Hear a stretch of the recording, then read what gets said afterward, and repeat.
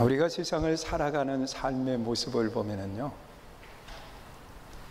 함께 있어서 행복한 사람이 있는가 하면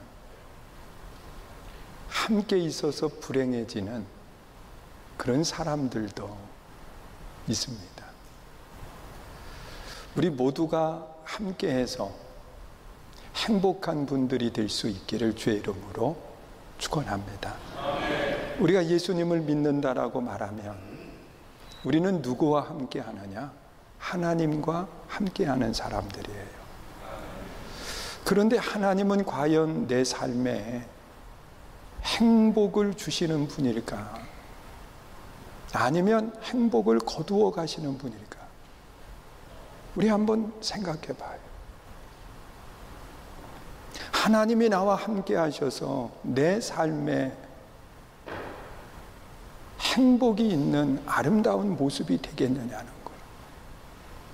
그런데 성경에 나타나 있는 하나님의 모습을 우리가 살펴보면요, 하나님은 우리의 삶 속에 행복을 거두시는 분이 아니라 행복을 주실 뿐만 아니라 모두가 행복하게 살기를 원하시는 분이 하나님이세요. 믿으세요? 창세기 1장, 2장에 기록되어 있는 말씀을 보면 하나님이 우주 만물을 창조하시는데 그 하나님의 창조의 모습을 보면 하나님은 어떤 계획성 없이 하나님이 세상을 창조하지 않아요. 하나님의 창조하심은요, 철저한 계획 속에 세상을 창조하시는데 하나님의 계획 속의 중심은 누구냐고 하면 우주 만물이 아니에요.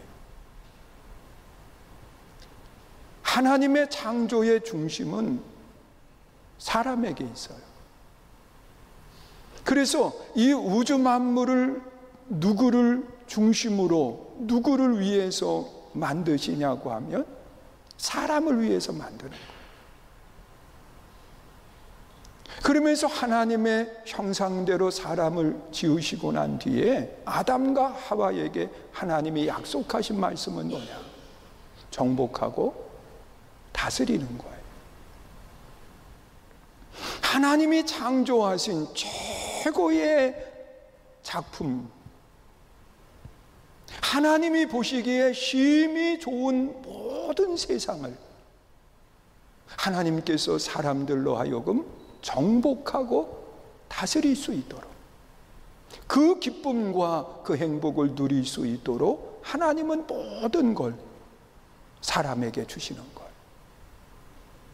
여기서 하나님의 마음을 우리가 알 수 있어요. 하나님은 행복을 주기를 원하시는 마음. 그런데 하나님의 말씀대로 순종하면서 정복하고 다스리는 그 아름다움 속에 행복을 누려야 되는데 이 하와의 마음을 사단이 유혹함으로 인해서 한 번에 모든 걸 갖고 싶었어요. 그래서 하나님처럼 되려고 하나님의 말씀과 벗어난 행동을 했을 때 그들은 모든 것을 한순간에 잃어버리게 돼요. 이런 모든 것을 잃어버리고 난 뒤에 하나님께서는 사람을 그대로 방치해 두셨나? 아니에요. 하나님은 또다시 그들에게, 우리들에게 행복을 주시기 위해서 누구를 보내주시느냐? 독생자 예수님을 보내주시는 것. 믿으세요? 그래서 우리들의 삶 속에 모든 불행의 요소들을 예수님이 십자가에서 다 담당하시고 죽으시는 거예요. 그러면서 사람에게 최고의 행복을 다시 갖게 해주시는데 이 아담과 하와에게 정복하고 다스리라고 말씀하셨던 것처럼 예수님을 통해서 이루어 놓은 모든 것들을 내 것으로 삼기 위해서 하나님은 한 가지를 우리에게 말씀해 주세요. 그것은 믿음이에요. 예수 그리스도가 이 땅에서 이루어 놓은 우리의 모든 질고 우리의 모든 불행을 거두어 가시는 십자가의 죽으심을 믿기만 하면 하나님은 죄 없다 인정해 주시고 우리 삶의 진정한 행복으로 이끌어 주시겠다고 말씀하시는 거예요. 믿으세요? 그런데 우리는 그 모든 것을 한순간에 다 내 것으로 삼기 위해서 우리는 예수님을 믿기보다는 세상적인 방법을 가지고 그 행복을 추구해 가는 그런 모습들을 찾아보게 돼요. 그래서 하나님은 또다시 예수 그리스도가 모든 십자가에 달려 죽으신 뒤 3일 만에 부활하시고, 그리고 예수님께서 승천하시면서 제자들에게 한 가지 부탁을 하시는 것을 보세요. 그것은 뭐냐? 성령의 충만함을 받으라는 것. 여러분, 왜 성령의 충만함을 받느냐? 성령이 나를 지배하고 성령이 나를 얽어 매기 위한 것이 아니라 성령님께서 내 삶에 함께 하시면서 나를 돕고 나를 인도해 주시는 아름다운 역사를 이루기 위해서 우리에게 성령 충만함을 받으라고 말씀을 하시는 거예요. 그래서 예수님께서는 성령에 대해서 뭐라고 말씀하시느냐고 하면 보혜사 성령님, 그렇게 말씀을 해요. 여러분, 보혜사라고 하는 것은 내 곁에 서서 나를 인도해 가시고 나를 돕는 분이신 것을 말씀하고 있습니다. 그런데 우리는 예수를 믿으면서 성령 충만함을 받기보다는 다른 목적이 너무도 많아요. 내가 원하는 것들이 너무도 많아요. 여러분, 성령의 충만함을 받으면 우리 모든 것들이 한순간에 이루어지게 되는데 왜? 그분이 내 곁에서 내 삶의 필요를 공급해 주시고 나와 함께 하시기 때문에 그렇습니다. 자, 이렇게 하나님이 원하시는 것은 다른 것이 아니라 우리 삶의 진정한 행복과 기쁨을 갖게 하시는 것. 그러면서 오늘 이 본문에도 나타나 있는 말씀을 보면 하나님께서 하나님의 백성들에게 말씀하시는 아름다운 행복의 비밀에 대한 이야기를 하고 있습니다. 여러분, 이스라엘 백성들이 우리가 아는 것처럼 하나님 앞에 불순종의 죄를 지을 때 하나님은 그 주변에 있는 한 나라를 세우시는 거예요. 바벨론이라고 하는 나라예요. 그래서 이 바벨론이라고 하는 나라를 들어서 이스라엘을 치게 하십니다. 그 결과로 이스라엘 백성들이 바벨론의 포로가 되어서 70년 동안 생활하게 돼요.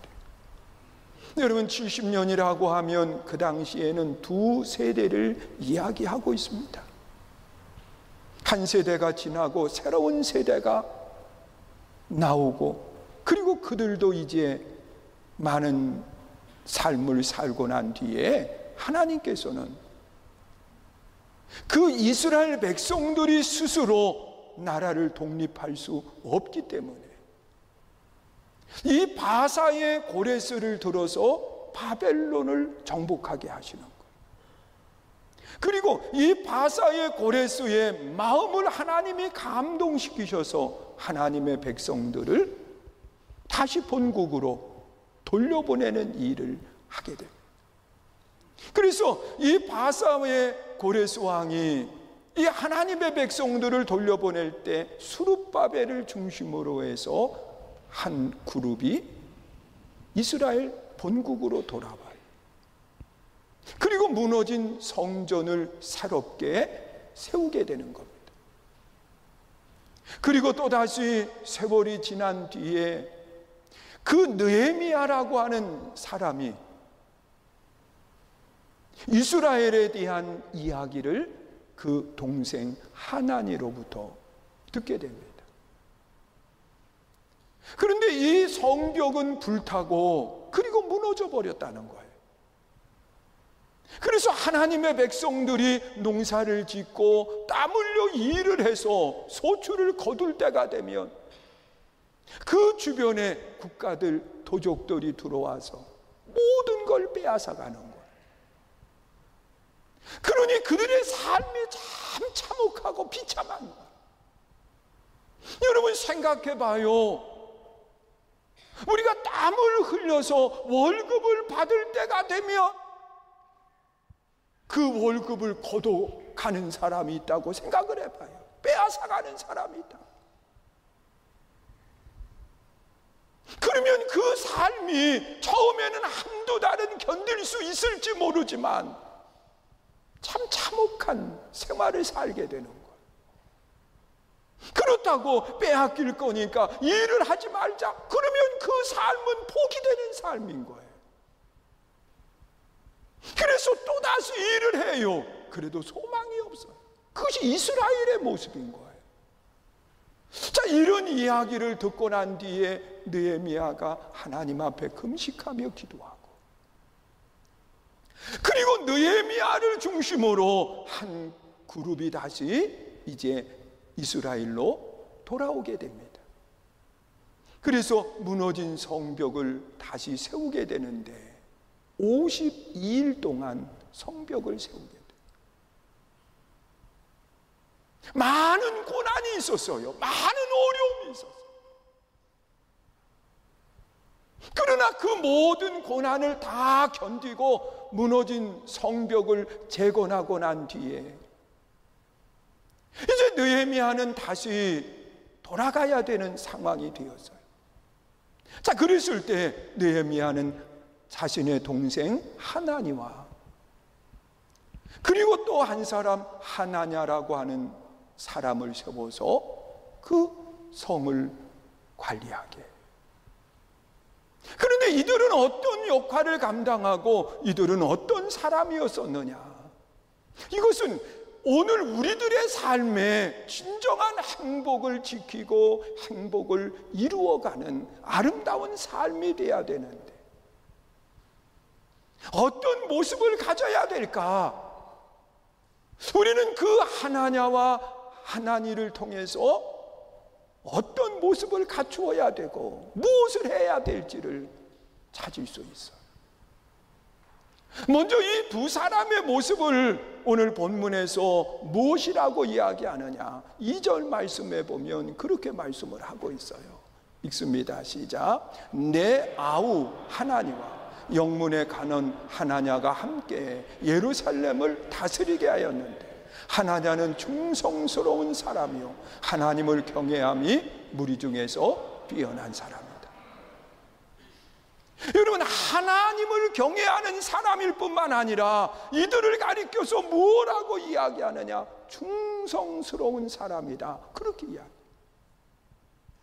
여러분, 충성이라고 하는 것은 다른 말이 아니에요. 충성은요, 내게 맡겨진 일을 감당하면서 좋은 조건이 있을 때에만 그것을 감당하는 사람을 충성하는 사람이라고 말하지 않아요. 내게 맡겨진 일을 감당하는데 많은 고난과 어려움이 있어요. 정말 견디기 힘드는 고통이 있어요. 그럼에도 변하지 않고 그 일을 감당할 수 있는 사람을 가리켜서 우리는 충성하는 사람이라고 말하고 있습니다. 여러분, 가정에 충실한 사람은요, 가정을 지키는데 좋을 때만 가정을 지키는 게 아니에요. 힘들고 어려울 때에도 내 가족을 잘 돌보고 그리고 지킬 수 있는 아름다운 모습을 가져요. 그러기 위해서는 내가 하고 싶은 일들을 하지 않는 것. 여러분, 힘들어도 하나님이 맡긴 그 일에 변함없는 것이 충성이에요. 여러분, 가정에 충실한 사람이라고 말하는 것은 가족을 위해서 힘들어도 감당해 가는 것이 가정에 충실한 사람인 거예요. 또한 하나님 앞에 충성한다라고 하는 것은 나 좋은 일을 절제하는 거예요. 하나님의 영광을 위해서. 여러분, 속도의 10%씩만 줄이는 거예요. 여러분, 그것이 아무것도 아닌 것 같지만 나중 세월이 지나고 보면 그리고 이해가 되는 때가 오게 돼 있어요. 하나냐와 하나니는요, 하나님을 경외할 뿐만 아니라 충성하는 사람이었다 그랬습니다. 그 충성하는 사람에게 하나님께서는 무엇을 맡겨주셨느냐고 하면 두 가지를 맡겨주셨어요. 오늘 3절 말씀을 보세요. 읽습니다. 시작. 내가 그들에게 이르기를 해가 높이 뜨기 전에 예루살렘 성문을 열지 말고 아직 파수할 때에 곧 문을 닫고 빗장을 지르고 또 예루살렘 주민이 각각 자기가 지키는 곳에서 파수하되 자기 집 맞은편을 지키게 하라 하였느니라. 여러분, 이 긴 문장을 아주 단순하게 줄인다고 하면 문을 닫고 문을 여는 일을 그에게 맡겨. 그런데 이 문을 닫고 문을 여는 그 일은요, 무너진 성벽을 짓는 것만큼 힘든 거예요. 중요한 거예요. 여러분, 성벽을 다 지어놓은 뒤에 아무 때나 문이 열려 있었다고 생각해봐요. 그러면 성벽이 있어야 되는 이유가 없는 거예요. 성벽을 만들어 놨으니까 이제는 무조건 문을 닫아둔다고 하면 백성들의 삶은 비참해지는 거예요. 더더욱. 여러분, 성벽 밖으로 나가서 일을 하고 그리고 일할 사람들이 안으로 들어오는 역할을 하게 하는 걸 다 막아버려 봐요. 그 인생은 빼앗긴 것보다도 더 비참한 인생으로 바꿔지는 거예요. 그래서 이 성벽을 문을 열고 닫을 수 있는 그 일을 누구에게 맡겨주셨느냐? 충성스러운 사람에게 맡겨주십니다. 오늘 우리들에게도요, 하나님께서 한 분 한 분에게 무엇을 맡겨주셨느냐? 가정의 행복을 위해서, 내 자신의 행복을 위해서, 하나님의 영원한 천국, 영원한 행복을 위해서 하나님은 문을 닫고 여는 일을 누구에게 맡겨주셨느냐? 우리 한 사람 한 사람에게 맡겨주시고. 믿으세요? 내 삶의 행복을 위해서, 내 가정의 행복을 위해서, 이 나라 이 민족의 행복을 위해서 우리는 기도해야 돼. 그리고 또한 무엇이 문을 닫는 거냐? 하나님과의 동행함이 문을 닫는 거예요. 우리 삶의 최고의 견고한 문이 닫혀지게 하는 아름다운 역사인 것을 믿을 수 있기를 주의 이름으로 축원합니다. 여러분, 예수님이 하신 말씀 가운데 분명하게 하시는 말씀이 있어요. 보혜사 성령님이 너희와 함께 계신다. 믿으십니까? 여러분, 문을 닫아야 되는데 문을 닫는 것은 기도예요. 문을 닫아야 되는데 문을 닫는 것은 하나님과의 동행함이에요. 그리고 또한 문만 닫아두면 안 돼요. 그 다음에 문을 열어야 되는데 우리가 무엇으로 문을 열 수 있을까? 우리 한번 생각해 봐요. 여러분, 성경에 보면 하나님이 문을 여시는 아름다운 역사가 일어나는 것을 우리에게 말씀하고 있어요. 마태복음 16장 기록된 말씀을 보면 한날은 예수님이 제자들과 함께 둘러앉아서 대화를 나누는데 세상에 있는 사람들이 나를 누구라 하더냐? 그때 자신들이 들은 이야기를 하는 거예요. 어떤 사람은 요한이 다시 살아왔다고도 이야기하고, 어떤 사람은 엘리야가 임했다라고 그렇게 말도 하고, 어느 사람은 에레미야나 선지자 중에 한 사람이라고 합니다. 그러면 너희들은 나를 누구로 생각하느냐? 그때 시몬, 그가 예수님에 대한 이야기를 하는 거예요. 우리가 잘 아는 것처럼 마태복음 16장 16절에 보면 주는 그리스도시요 살아계신 하나님의 아들이십니다. 여러분, 이 신앙의 고백을 듣고 난 뒤에 예수님께서는 즉시로 그에게 바요나 시몬아 너 복이 있다, 그러면서 문에 대한 이야기를 해요. 마태복음 16장 19절이에요. 우리 한번 보세요. 읽습니다. 시작. 내가 천국 열쇠를 내게 주니 내가 땅에서 무엇이든지 매면 하늘에서도 매일 것이요 내가 땅에서 무엇이든지 풀면 하늘에서도 풀리리라. 천국 무엇을 주세요? 열쇠를 주세요. 여러분, 열쇠는 무엇을 하는데 사용되나요? 잠그는 데 사용하나요? 여는 데 사용하나요? 몰라요? 자물통은 잠는 데 사용하나요? 여는 데 사용하나요? 자물통은 잠는 데 사용하고 열쇠는 여는 데 사용. 시몬에게 예수님께서 주신 것은 뭐냐? 천국 열쇠를 내게 준다는 것. 여러분, 우리가 신앙생활을 하면서 하늘 천국을 여는 것은 신앙의 고백이 있을 때. 여러분, 사람의 마음의 문을 여는 건 뭘까요? 여러분, 결혼하는 사람들을 보면 상대의 마음의 문을 무엇으로 여나요? 많은 것을 가지고 열려고 해도 안 되지만 아주 단순한 거 한 가지 있어. 사랑의 고백을 가지고 여는 거예요. 여러분, 사랑의 고백을 하면 사람의 마음이 열려요.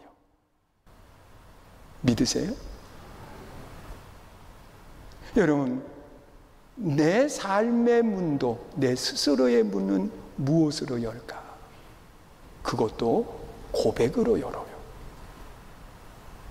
오늘 하루 참 비가 들락날락 하는 거 보니까 되는 일도 없겠다. 그 고백은 되는 일도 없어요. 그러나 비가 왔다, 맑았다 그러는 거 보니까 내 삶에 오늘 좋은 일들이 기다리고 있을 거다. 그러면서 고백을 하는 거예요. 말대로 됩니다. 여러분, 하늘의 문도 신앙의 고백으로, 사람의 마음의 문도 사랑의 고백으로, 내 자신의 문도 긍정의 고백으로 열려지는 거예요. 믿으세요? 하나님은 충성하는 사람에게 두 가지를 말씀하고 있어요. 하나는 문을 닫는 비결과 문을 여는 비결을 말씀해 주셨어요.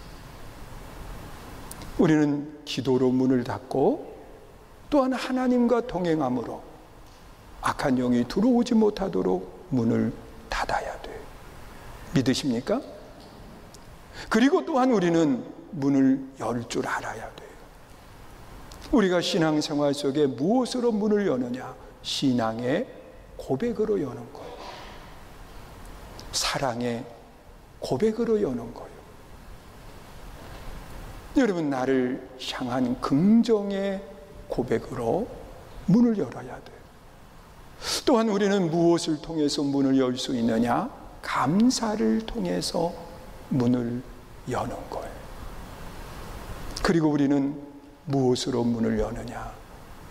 물질의 문은 하나님의 것과 내 것을 구분할 줄 알 때, 하나님은 천국의 문을, 하늘의 문을 여시고 창고가 넘치도록 채우신다고 약속을 하고 있어요. 자, 한 주간을 시작합니다. 하나님 앞에 충성하는 우리 성도님들, 문을 닫고 문을 여는 아름다운 역사가 있기를 주의 이름으로 축원합니다.